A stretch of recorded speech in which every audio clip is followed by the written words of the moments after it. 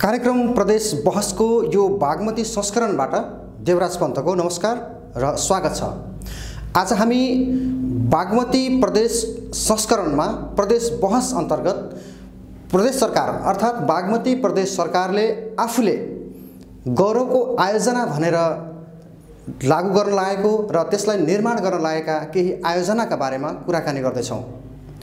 बागमती प्रदेश सरकारले भीमभेदी कुलेखानी सुरुङ मार्ग, त्यसैगरी पोस्ट बहादुर बोगटी मार्ग, त्यसैगरी काठ चक्रपथ मार्गलाई पनि आफ्नो ठूला आयोजनाका रूपमा चित्रण गरेको छ र सोही अनुसार काम अघि बढाइरहेको दाबी गर्दै आएको छ। विशेष गरी प्रदेश सरकारले भौतिक संरचनामा के कस्ता कामहरू गरिरहेका छन्, त्यसको प्रगति के छ र कहिलेसम्म सम्पन्न हुन्छ, यस विषयमा आज हामी कार्यक्रमलाई केन्द्रित गरिरहेका छौँ र सर्वप्रथम प्रदेश बहसमा प्रदेश सरकारका यी आयोजनाका विषयमा यो रिपोर्ट हेर्नुहोस्। बागमती प्रदेश सरकारले प्रदेशभित्र केही महत्त्वपूर्ण योजनाहरूलाई प्रदेश गौरवको आयोजनाका रूपमा काम अघि बढाइरहेको छ। बागमती प्रदेश सरकारले भीमभेदी कुलेखानी सुरुङ मार्ग, पोस्ट बहादुर बोगटी मार्ग सहित काठ चक्रपथ निर्माणलाई आफ्ना महत्त्वपूर्ण आयोजनाको रूपमा लिएको छ। बागमती प्रदेश सरकारले भीमभेदी कुलेखानी सुरुङ मार्ग निर्माणको लागि आशय पत्र आह्वान गरेकै समयमा संघीय सरकारको लेखा समितिले तत्काल सो कार्य अघि नबढाउन निर्देशन जारी गरेसँगै प्रदेश सरकारले आफ्नो तर्फबाट निर्माण गर्नुपर्ने आधार सुरुङ मार्ग निर्माणपछि देशको आर्थिक अवस्थामा पर्ने सकारात्मक प्रभावको बारेमा जवाब समेत दिएको बागमती प्रदेशका मुख्यमन्त्री डोरमणि पौडेलले बताएका छन्। बागमती प्रदेश सरकारले शिक्षा, स्वास्थ्य, रोजगार तथा भौतिक संरचना निर्माणमा उल्लेख्य काम गरेको बताएको छ। मुख्यमन्त्री पौडेलले आफ्नो कार्यकाल सकिनु अगावै प्रदेशका नागरिकले महसुस गर्ने गरी काम सम्पन्न गरिसक्ने दाबी गरेका छन्। बागमती प्रदेश सरकारले धादिङको रुबी भ्याली उपत्यकालाई पर्यटकीय स्थलका रूपमा विकास योजना अघि बढाएको बताएको छ। रुबी भ्याली उपत्यकामा हालसम्म सडक सञ्जाल समेत पुग्न सकेको छैन। केही महिना अघि प्रदेश सरकारले सिन्धुलीको दुधौलीमा दलितहरूका लागि एकीकृत बस्ती निर्माण गरी हस्तान्तरण गरेको छ भने प्रदेशमा एकीकृत बस्तीको अवधारणा अघि सारेको जनाएको छ। मुख्यमन्त्री डोरमणि पौडेलले केही वर्षभित्र नै जनताले महसुस गर्ने गरी विकासको कामहरू देखिने दाबी गरेका छन्। मुख्यमन्त्रीज्यू, तपाईलाई स्वागत छ कार्यक्रममा। धन्यवाद। यो प्रदेश सरकारले प्रदेश गौरवको आयोजना भनेर केही आयोजनाहरूको एउटा मापदण्ड भनौँ, त्यसको लागि आफ्नो लक्ष्य राखेको छ। त्यसभित्र कुन कुन चाहिँ तपाईँहरूले चाहिँ यो प्रदेशको गौरवको आयोजना राख्नु छ? यसको क्षेत्रगत हिसाबमा, पूर्वाधारको हिसाबमा कुरा गर्ने हो भने सबभन्दा पहिलो गौरवको आयोजना भनेर हामीले कुलेखानीबाट भीमभेदी कुलेखानीको सुरुङ मार्ग लिएका छौँ र त्यो मकवानपुरको मात्रै होइन, समग्र मुलुकको अर्थतन्त्रलाई त्यसले प्रभाव पार्ने र राष्ट्रिय इकोनोमीमा त्यसले धेरै ठुलो योगदान पुर्याउने अर्थमा पनि त्यो लामो समयदेखि अड्केर बसेको, बन्न नसकेको त्यो सुरुङ मार्गलाई हामीले चाहिँ प्राथमिकतामा राखेका छौँ। र त्यसै गरी हामीले एउटा पुष्पलाल चक्रपथ भनेर, पुष्पलाल चक्रपथ भनेको चाहिँ हाम्रो यो 13वटा जिल्लामा सबै जिल्लालाई समेट्ने गरी र सकेसम्म त्यो चाहिँ नि के भन्छ भने कनेक्टिभिटी छिटो, मतलब छोटो बाटोको निर्माण गर्न सकिन्छ अथवा 13वटै जिल्लालाई समेट्ने गरी सबैभन्दा छोटो दूरीको बाटो कुन हुनसक्छ भनेर हामीले चाहिँ नि त्यसको पनि त्यसलाई पनि पुष्पलाल चक्रपथ भनेर त्यसको कनेक्टिभिटीका बारेमा, त्यसलाई जोड्ने बारेमा चाहिँ नि हामी त्यसलाई पनि प्राथमिकता राखेका छौँ। जस्तै अब हामीले भनौँ 1000 किलोमिटर थियो भने अहिलेको बाटोबाट 1000 किलोमिटर हिँड्नुपर्छ भने त्यसलाई छुट्याउँदाखेरि त्यो 500-600 किलोमिटरमा आउन सकोस्, त्यो हिसाबमा सर्वे, डिजाइन सबै कुरा भएको छन् र हामी मनरीबाट सिधै धादिङ जोड्दैछौँ, त्यही चक्रपथको एउटा पार्ट। त्यसै गरी सिन्धुपाल्चोक बाटो हामीले काठमाडौँ आउने बाटो एउटा बाटो 35 किलोमिटरको बाटो बनाउँदाखेरि काठमाडौँबाट यतातिर आउँदाखेरि लगभग 35 किलोमिटर चाहिँ 84 किलोमिटरको बाटो 50 किलोमिटरमा हामी चाहिँ काठमाडौँ आउँछौँ होइन। त्यो बाटो हामीले बनाइसकेका छौँ र त्यसै गरी रामेछाप जोड्ने बाटो छ। मतलब छोटो बाटो बनाउने, छोटोले चाहिँ जोड्ने हिसाबमा हामीले त्यो पुष्पलाल चक्रपथलाई लिएका छौँ। र त्यसै गरी अब हामीले सबभन्दा पहिले हामी सुरुवातै वर्षमा हाम्रो नीति र कार्यक्रममा नेपालको सन्दर्भमा विद्युतीय सवारी साधन चलाउनु पर्छ र सार्वजनिक विद्युतीय सवारी साधन चलाएर केही 10 वर्षभित्र नेपालबाट यो डिजल पेट्रोलबाट चढ्ने गाडीलाई विस्थापित गर्नुपर्छ भन्ने हिसाबमा हामीले नीति र कार्यक्रम बनायौँ। र यो लामो समस्या विद्युतीय बस चलाउन सक्ने हामीसँग कानुन नभएको, त्यसको लागि चाहिँ नि यो चार्जिङ स्टेसनहरू नभएको र धेरै प्रोसेसमा चाहिँ नि जानुपर्ने भएर लामो समय लाग्यो। र यसपालि हामी त्यो काम पनि पुरा गर्दैछौँ र अहिले यसै महिनाको अब छिटोभन्दा छिटो त्यसको टेन्डर आह्वान हुन्छ र त्यसका निम्ति सबै प्रक्रियाहरू पुरा भइसकेका छन् र त्यो चलाउने मेकानिजमको पनि बनिसकेको छ होइन। कानुनी हिसाबमा हामीले त्यसको पनि कानुन पास गरिसकेका छौँ। यसरी यो पनि एउटा हाम्रो अत्यन्तै महत्त्वपूर्ण काम हो भन्ने हामीलाई लाग्छ। र त्यसै गरी अर्को सेक्टर भन्यो भने पर्यटनको क्षेत्रमा, कृषिका क्षेत्रमा ठुला फार्मिङहरू बनाउने, त्यो पनि हाम्रो एउटा लक्ष्य हो। र ठुला फार्मिङ गरेर उत्पादनलाई चाहिँ व्यापक रूपमा वृद्धि गर्ने होइन। यो कृषिको क्षेत्रमा, अब शिक्षाको क्षेत्रमा हामीले अहिले भर्खर मदन भण्डारी स्वास्थ्य विज्ञान प्रतिष्ठान, त्यो हाम्रो गौरवको योजना हो। मदन भण्डारी स्वास्थ्य विज्ञान प्रतिष्ठानले यसै वर्षदेखि हामी केही कोर्सहरू चलाउँछौँ र अर्को वर्षदेखि MBBS र MD समेत यहाँ चल्ने गरी वातावरण छ। हाम्रो सबै संरचना बनिसकेको छ र त्यो गर्दाखेरि त्यो हाम्रो महत्त्वपूर्ण योजना बन्छ। र किनभने हामी त यो भेकमै अब हाम्रो MBBS पढाउने मेडिकल कलेजहरू नभएको सन्दर्भमा भेट्टनको लागि त त्यो सबैभन्दा उपयुक्त, सबैभन्दा ठुलो र महत्त्वपूर्ण काम हुन्छ भन्ने मलाई लाग्छ। र यो पनि हाम्रो एउटा गौरवको योजना हो। त्यसै गरी विश्वविद्यालय, प्रादेशिक विश्वविद्यालय बनाउने र त्यो पनि हाम्रो महत्त्वपूर्ण योजना हो। र प्रादेशिक विश्वविद्यालय बन्ने क्रममा हाम्रो कानुन अहिले बन्दैछ र केही समयपछि यो अधिवेशनमा हाम्रो त्यो कानुन पास भइसकेपछि विश्वविद्यालयको काम पनि अगाडि बढ्छ। यी सबै हाम्रा अत्यन्तै चाहिने आधारभूत नभनौँ, यो चाहिने गौरवको योजना भनौँ अथवा महत्त्वपूर्ण योजनाहरू हामीले यसलाई लिएका छौँ। र यस्ता अरू धेरै योजनाहरू छन् जुन अब जस्तो तपाईँलाई भनिहाल्नु पर्यो, जस्तो अहिले कुलेखानीदेखि भीमफेदीदेखि कुलेखानीको बाटो निर्माण हामीले गरिरहेछौँ होइन। त्यो बाटो त्यत्तिकै महत्त्वपूर्ण छ। त्यसै गरी भैँसेबाट भीमफेदीको पनि हाम्रो टेन्डर भएर काम सुरु भइसकेको छ। यी ठुला बाटा र राजधानी टु राजधानी जोड्ने बाटो भएको हुनाले यो बाटो पनि त्यति नै महत्त्वपूर्ण बाटो हुन्छ। मुख्यमन्त्रीज्यूले अब शिक्षा, स्वास्थ्य, पूर्वाधारका विकासका चाहिँ संरचनाहरू निर्माण गर्नको लागि गौरवको आयोजनाको रूपमा तपाईँहरूले त्यसलाई अगाडि बढाउँदै हुनुहुन्छ। प्रदेश सरकारले केही पनि गरेन भन्ने एउटा आरोप छ अथवा भनौँ उहाँहरूको गुनासो छ नागरिकहरूको। त्यो पक्कै पनि यी आयोजनाहरू निर्माण भइसकेपछि त्यसको जवाफ उहाँहरूले पाउनुहुन्छ होला भन्ने अपेक्षा गर्न सक्छौँ। तर पनि मुख्यमन्त्रीज्यू मकवानपुरकै पनि हुनुहुन्छ। मकवानपुरबाट यो जुन कुलेखानीको जुन सुरुङ मार्ग छ, सुरुङ मार्ग निर्माणको लागि कुनै एउटा निजी कम्पनीले सुरुवात गरेको थियो पहिला। त्यसमा स्थानीय नागरिकसहित अन्य ठाउँका व्यक्तिहरूको पनि करोडौँ रुपियाँ लगानी छ। अनि अहिलेसम्म पनि बनेन भन्ने खालको उहाँहरूको बुझाइ छ।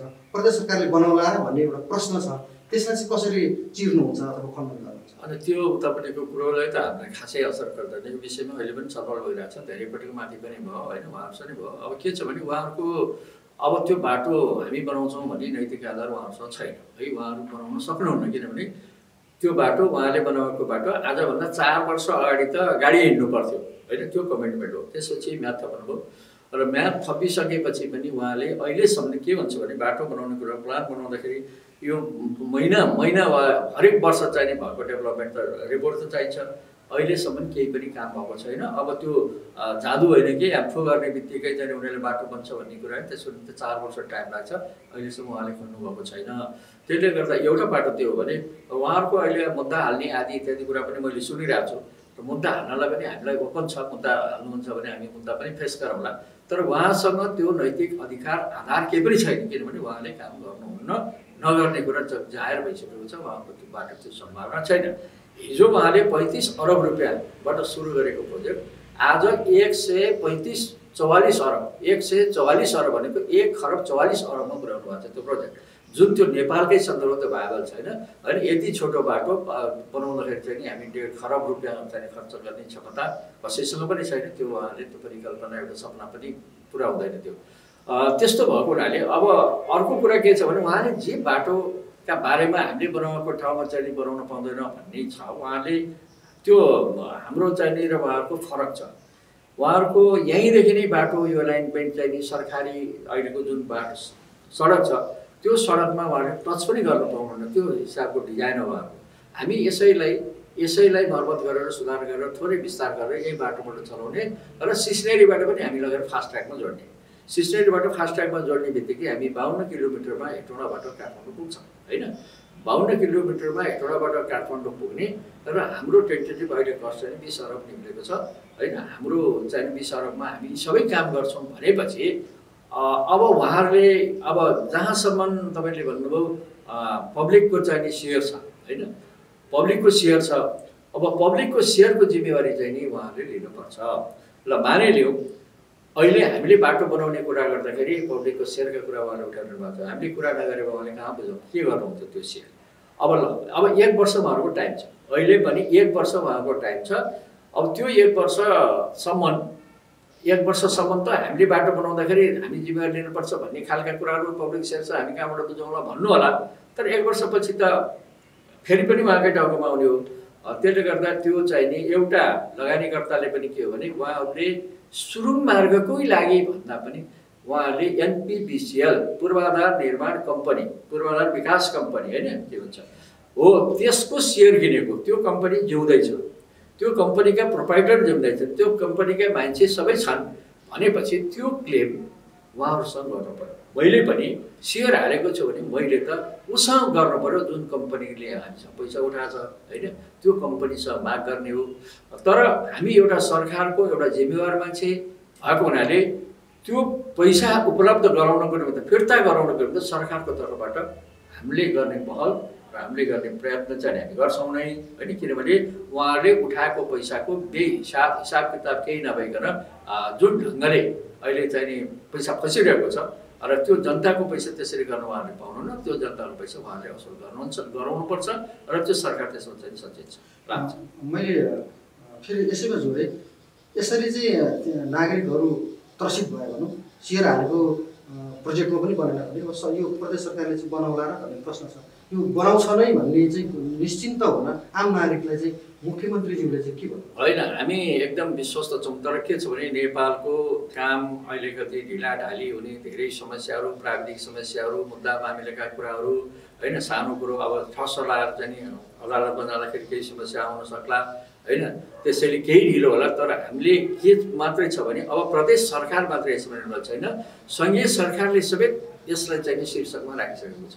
त्यसैले यो बनाउने भनेको सङ्घीय सरकार र प्रदेश सरकारभित्रको चाहिँ जोइन्ट सह लगानीमा बनाउने, दुईटैको लगानी हो। केही समय अगाडि यो सङ्घीय उता यो जुन लेखा समिति थियो उसले चाहिँ यो तपाईँहरूले जुन टेन्डर गर्दै हुनुहुन्थ्यो त्यसलाई अहिले तत्काललाई चाहिँ पोस्टपोन गर्नु। अब हेर्नुहोस्, अब यो हरेक कुरामा बाधा अड्कन मैले भने नि हामी हरेक ठाउँमा जुझ्नुपर्ने एउटा समस्या।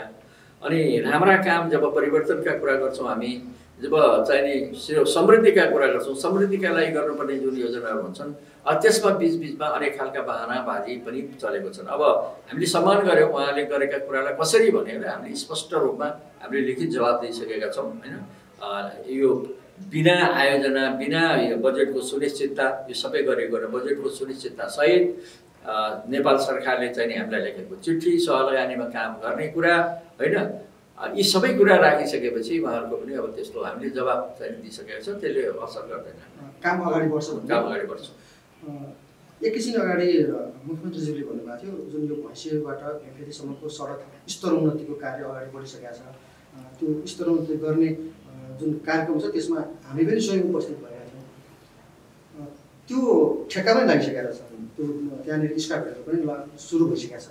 तर त्यो क्षेत्रमा पर्ने जुन बस्तीहरू छ उहाँहरूलाई चाहिँ विकल्प दिएन भन्ने खालको त्यहाँको बस्तीका जुन नागरिकहरूको छ त्यो बस्तीलाई चाहिँ हामीले कुनै विकल्प नदिकन त्यो सुरु गरे त यस्तो हेर्नुहोस् बस्तीको विकल्प भनेको त्यो चाहिँ नि सडकको मापदण्ड होइन 15 मिटर 20 मिटर त्यो सडकको एउटा मापदण्ड आज होइन 34 सालमा बनेको मापदण्ड छ। हामी सरकार त्यो मापदण्डभित्र बसेका मतलब त्यो सडकको क्षेत्राधिकारभित्र बनेका घरहरूको मुआवजा दिनुपर्छ भन्ने हाम्रो त्यो चाहिँ नि पर्दैन। तर त्यो भित्र नपरेका र खास जनताको चाहिँ नि घर अब फेरि के छ भने जग्गाको मुआवजा दिने कुरो यो कुनै सम्भावना छैन।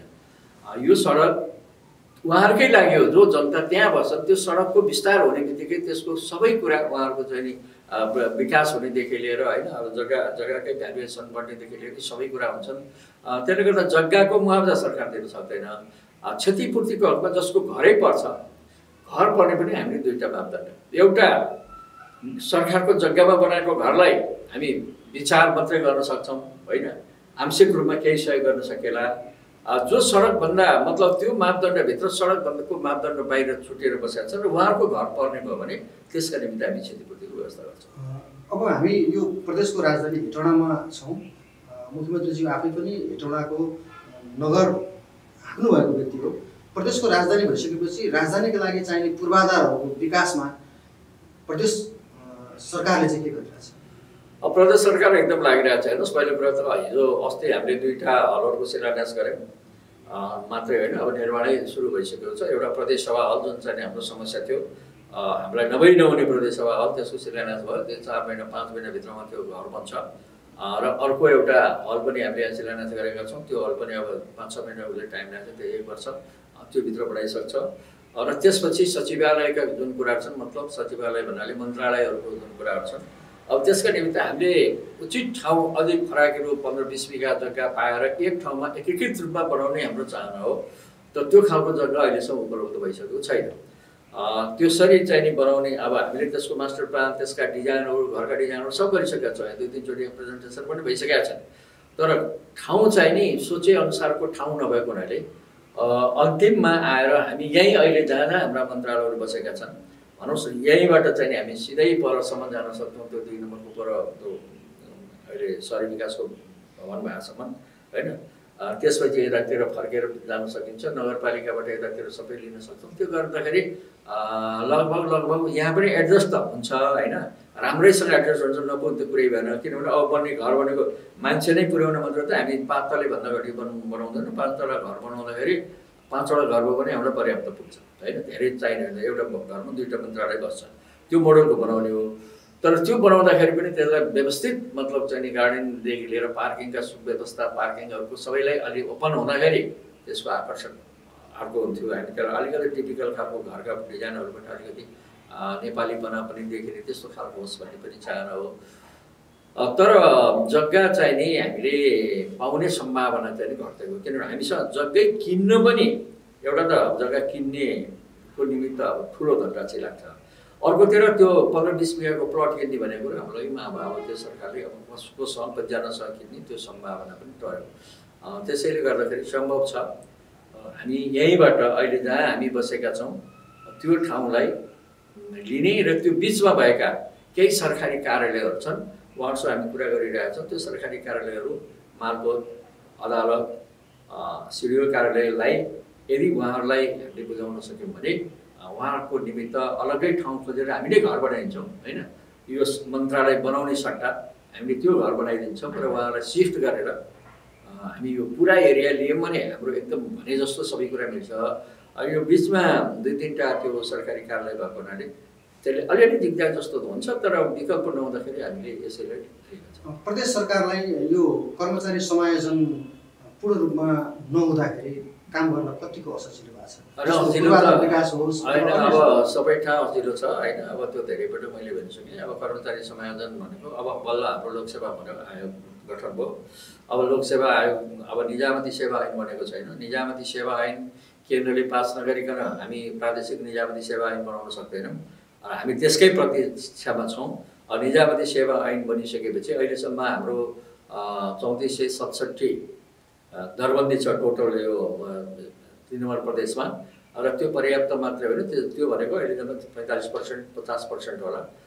त्योभन्दा त्यति नै अरू दरबन्दीको खाँचो छ, तर हामीले त्यो लिन सक्ने अहिले अवस्था छैन।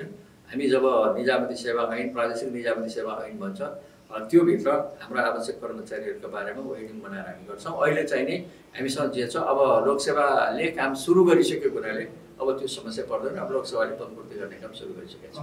अब अन्तमा जो अहिलेको प्रदेश सरकारको कार्यकाल सकिसक्दा प्रदेशभित्र रहेका आम नागरिकले प्रदेश सरकारको कामबाट के आउटपुट पाउँछन् होला, सारांशमा भन्नुहोस्। यस्तै हेर्नुहोस्, अब भौतिक पूर्वाधारको कुरा गर्दाखेरि तपाईँका अहिले पनि हामीसँग प्रत्येक जिल्ला मात्रै होइन, हरेक गाउँपालिकामा जानुभयो भने मलाई लाग्छ प्रदेश सरकारको उपस्थिति छ। त्यहाँ प्रदेश सरकारका कुनै न कुनै कामहरू बनेका छन्। विद्यालयहरू एकदम राम्रा बनेका छन्। स्वास्थ्य चौकीहरूदेखि लिएर तपाईँको यो प्रदेशका अस्पतालमा तपाईँ जानुभयो भने सङ्घीय सरकारले चलाएको अस्पतालभन्दा पनि उच्च स्तरको सेवा चाहिँ हामीले दिइरहेका छौँ। अब धेरै जस्तो अस्पतालहरू आइसियु र चाहिँ भेन्टिलेटर सम्पन्न सुविधासहितका हस्पिटलहरू निर्माण भएका छन्। अहिले यो 1 वर्ष कार्यकालमा बनेका छन् होइन। त्यसै गरी शिक्षाका क्षेत्रमा, स्वास्थ्यका क्षेत्रमा धेरै सुधार जनताले अनुभूत गर्नेछ। त्यसै गरी हामीले एक घर एक धारा भनेर पनि नारा लगाउने नारा होइन, हामीले एक घर एक धारा भनेको अहिले तपाईँको खानेपानीलाई हामीले बढीभन्दा बढी प्राथमिकता दिएका छौँ। त्यसै गरी जुन गाउँमा बिजुली छैन, बिजुली नभएको ठाउँमा हामी बिजुली पुर्याइरहेका छौँ, त्यो पनि अनुभूति हुन्छ। खर्का छानामुक्त प्रदेश भनेर हामीले घोषणा गरेका छौँ होइन। अहिले पनि हामीले 16वटा गाउँपालिकालाई खर्का छानामुक्त गर्नुको निम्ति रकम विनियोजन गरिसकेका छौँ। र यसरी मान्छेले देखिने गरी बाटोघाटोदेखि लिएर शिक्षा, स्वास्थ्य सबै क्षेत्रमा मान्छेले अनुभूत गर्ने गरी काम भइरहेको छ, हुन्छ, अहिले पनि भइरहेको छ। र मलाई लाग्छ अझ अबको यो 2 वर्षमा एउटा ठुलो परिवर्तन मान्छेले अनुभूत गर्छ। यो चाहिँ नि हामीले जुन सामाजिक आर्थिक रूपान्तरणका कुरा गरेका छौँ र साँच्चै नै सामाजिक आर्थिक रूपान्तरण, उत्पादनमा वृद्धि हुने होइन। अब जम्मै कृषिको क्षेत्रमा अहिले रोजगारी सिर्जना गर्नुपर्ने त 3 अरब रुपियाँको चाहिँ नि फन्ड क्रिएट गरेर त्यो अब हामी त्यसको काम सुरु नै भइसक्यो होइन। ब्याङ्कसँग हामीले एमओयू गरिसकेका छौँ र त्यो 3 अरब रुपियाँले भन्दा धेरै मान्छेलाई, जो गरिब छ, जो निमुखा छ, जो चाहिँ कमजोर छ होइन, र त्यस्ता मान्छेको हकमा हामी ऋण दिन्छौँ, थोरै ऋण दिन्छौँ र जीवन उसको निमित्त। त्यसपछि हामी 1 लाखदेखि 10 लाख रुपियाँसम्म ऋण दिने व्यवस्था छ, जब 3% ब्याजमा, अनि 3% ब्याजमा हामी सिधै दिन्छौँ। र त्यसका अतिरिक्त कसैले चाहिने काम गर्न खोज्यो भने हामी यहाँबाट चाहिँ अर्को वाणिज्य ब्याङ्क मार्फत पनि ऋण दिलाएर सङ्घीयको कार्यक्रमभित्र पनि पार्न सक्छौँ। त्यसैले अब मलाई के लाग्छ भने रोजगारी यदि नेपालमा बसेर रोजगारी गर्न कसैले चाह्यो भने, अब चाहँदै नचाहन त जे पनि हुन्छ, म नेपालमा बसेर काम गर्छु भन्ने मान्छेले अब विदेशमा जानु पर्दैन। यहाँ कामका पर्याप्त सम्भावनाहरू छन्, खुलेका छन् र धेरै परिवर्तनहरू अब 3 वर्ष, अबको 2 वर्षभित्रमा अहिले पनि धेरै कुरा अनुभूत गरिसकेका छन् भने 2 वर्षभित्रमा सबै सेक्टरमा एक किसिमको चाहिँ परिवर्तनको अनुभूति सबैले गर्छ। मुख्यमन्त्रीज्यू, समय दिनुभयो, तपाईँलाई धन्यवाद। र प्रदेश सरकारको यस्ता खालका क्रियाकलापमा सफल रहनुहोस्। न्युज 24 टेलिभिजनको तर्फबाट शुभकामना। धन्यवाद तपाईँलाई पनि। र यो न्युज 24ले वास्तवमा अहिलेसम्म जुन जस्तो ढङ्गले चाहिँ एउटा जनताको पक्षमा वकालत गरिरहेको छ र त्यसको निमित्त म हार्दिक शुभकामना पनि व्यक्त गर्न चाहन्छु। र सरकार सधैँभरि मिडियाको नजिक छ, मिडियासँग धेरै टाढा छैन र त्यही अर्थमा यहाँहरू सबैले बुझिदिनु पनि म अनुरोध गर्छु। धन्यवाद। कार्यक्रम प्रदेश बहसबाट देवराज पन्तलाई बिदा दिनुहोस्। नमस्ते।